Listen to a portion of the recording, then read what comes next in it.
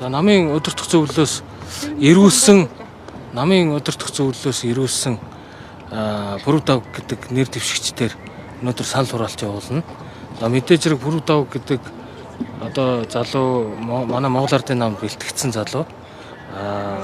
Цаашид одоо хотын даргын ажлыг хэрхэн хийж гүйцэтгэх нь тухайн одоо томилогдоод батламжлагдсанаас хойш одоо хотын иргэдэл өөрсдөө үнэлэх асуудал гэж ойлгож байгаа.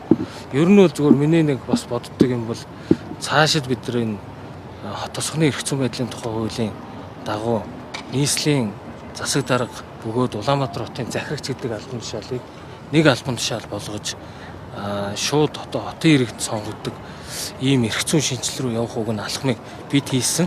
Харамсалтай нь хууль хэрэгжилд хойшлцоод байгаа гэдгийг хэлье. За баярлалаа. Нэр дэвшиж байгаа гэсэн энэ үнэн. За одоо хурал дээр нэр дэвшигчид өөрсдөө заалнаас дэвших ямар хүн байгаа тэр хүмүүсийн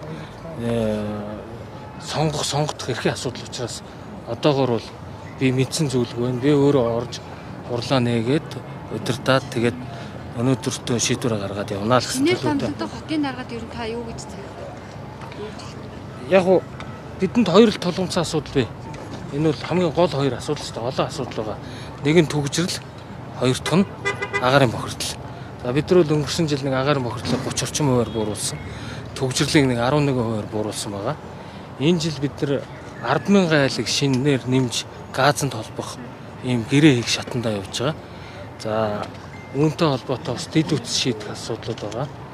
За 2100 орчим уурын зуух, нам даралтын тогоо 170 орчим уурын зуухыг бас энэ газын шилжилт рүү шилжүүлж чадах юм бол бид нар агаарын бохирдлыг дахиад нэг 30 орчим хувиар бууруулах боломжтой.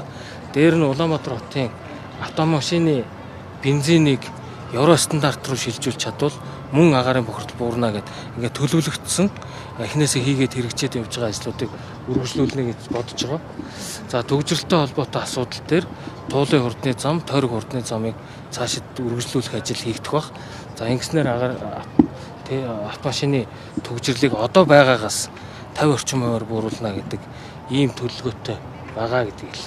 Нийслэлийн хэвлэл мэдээллийн ажилтан 48 цагаар саадуулсан гэсэн мэдээлэлээс энэ талаар та мэдээ. За нийслэлийн хэвлэл мэдээллийн ажилтан саран цэцгийг цагдаагийн байгууллага 48 цагаар одоо саатуулах шаардлагатай байна гэж үзэж холбогдох зөвшөөрлийн дагуу саатуулсан гэдэг мэдээлэл авсан.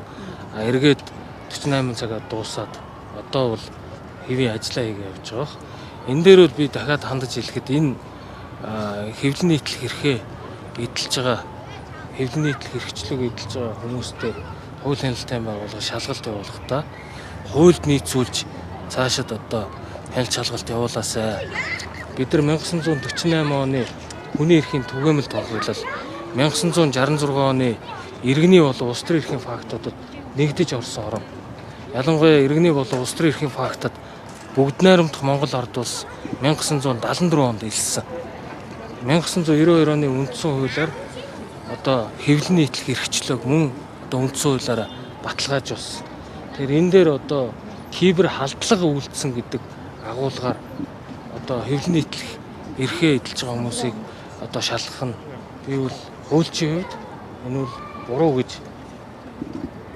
хэлсэн. Би өмнө нь чинийг бас нийгэм сүлжээнд хэлсэн байгаа. Өнөөдрийн үеэр нийслэлийн намын хорооны даргын асуудал яригдах уу? Нийслэлийн намын хорооны дарга заавахтын дарга байх хэрэгтэй. Өнөөдөр яригдахгүй. Энэ чи өөрөө өдөр. Эн чинь үндсэн хуулийн асуудал шүү дээ.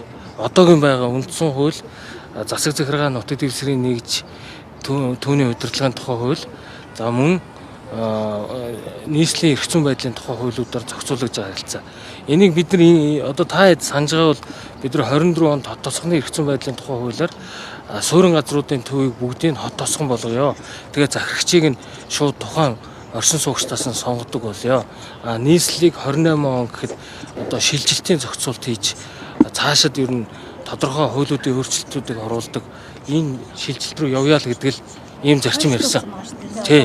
За баярлалаа. Төслүүдийг ер нь зогсоолж байгаа шүү дээ. Ер нь асуудал нь яг зэн байдлаар тодорхойлсон билүү 2005 одоо шалгаж байгаа байгууллагаас нь очих хэвээр би зүгээр сураг сонсох нь бол тэр нөгөө нэг тайлан дээр орон андуурч бичсэн мэдээллийг эрүүгийн цагдаагийн байгууллагаас ерөнхий сайдад өгч ийм андуу ташаан болсон. Ер нь бол нөөцийн махыг бүр эрт гаргуулсан шүү дээ. Та санаж байгаа.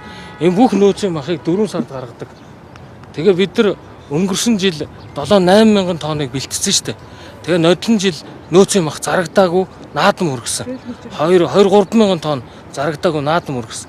Тэгээ энэ жил одоо нөөцөө хэрхэн бэлтэх вэ гэд хөдөө аж ахуйн яамнаас өгсөн чиглэлийн дагуу 5 мянган тонн бэлтсэн. Тэгээ Зандан шатрын ерөнхий сайд 1 сарын 20-нд гаргаа гэдэг чиглэл өгсөн. 1 сарын 20-ноос эхлээд энэ тэндгүү одоо том худалдаанууд өргөцсөн худалдаанууд зохион байгуулсан. Сүүлд махны үн нөгөө шатууны үнэтэй холбоотойгоор нөөцийн мах бэлтгэгчид үнийн эрсдэлд орлоо гэж бид нар нэг 1700 төгрөгөөр нэмсэн. Ингээд жижиглэнгээр зар гэсэн жижиглэнгээр зарсан дэлгүүрүүдэд очисон чинь нөгөө нөөцтэй худалдаа авалтын буцаан төлбөр төлөлт нөгөө компаниудад хожимж очдөг гэд өөрөө авлага үүсгээд дэлгүүрүүд нь нөгөө нийлүүлэгчтэй андууны хамаа мэдээ хоёрлоо таныг хэмжүүлсэн гэсэн. Үеийн одоо мах бэлтгэгч 1800 тонныг нийлүүлдэг байна. Одоо тэрүүгээр тэр баримт болон тэр бидрүүл нөгөө компаниуд татаасных нь мөнгийг л өгнө. Хяналт тавина. Юугаар хяналт тавих вөхөр баримтаар л хяналт тавина. Одоо би яхан дахиж мах ярмааргүй тий. За. Махны үнэслийн мегатуудыг хөлтөнд шалгаж ирдэг гэсэн энэ гомдсон. Энэ тал дээр За энэ ер нь маш урт удаан шалгаж байгаа шүү дээ. Одоо тэгээд чи шалгаж байгаа юм шинээр шалгаж जैन ажлын хэсэг гарлаа л гэдэг. Энэ одоо миний мэдхээр 4 сарын 22-ноос хойш шалгаж байгаа шүү дээ. Өнөөдөр 5 сарын 20 хэдэн болж байгаа шүү дээ. Тийм баха. Тий ингээд аудит орцсон кибрийн ажлын хэсэг гэдэг нэг шалгалт явж байгаа бах. За юуны холбоотой энэ махтай холбоотой нэг ажлын хэсгийн шалгалт явж байгаа бах. За санхүү энэ их хурал дээр нийслэлийн төсвийн сонсгол гэдээ явж байгаа бах. За тэгээд том төслүүдийн шалгалт авилгатай тэмцэх газар хийгдэж байгаа. Тэгээд би бүгдийг харин нэг мөр сайн шалгуулж олон нийтэд ил тод мэдээллүүдийг хийгээсээ тэр их хурал дээр бас сонсголууд нь бас явах ёстой гэдэг ийм байр суурьтай байна.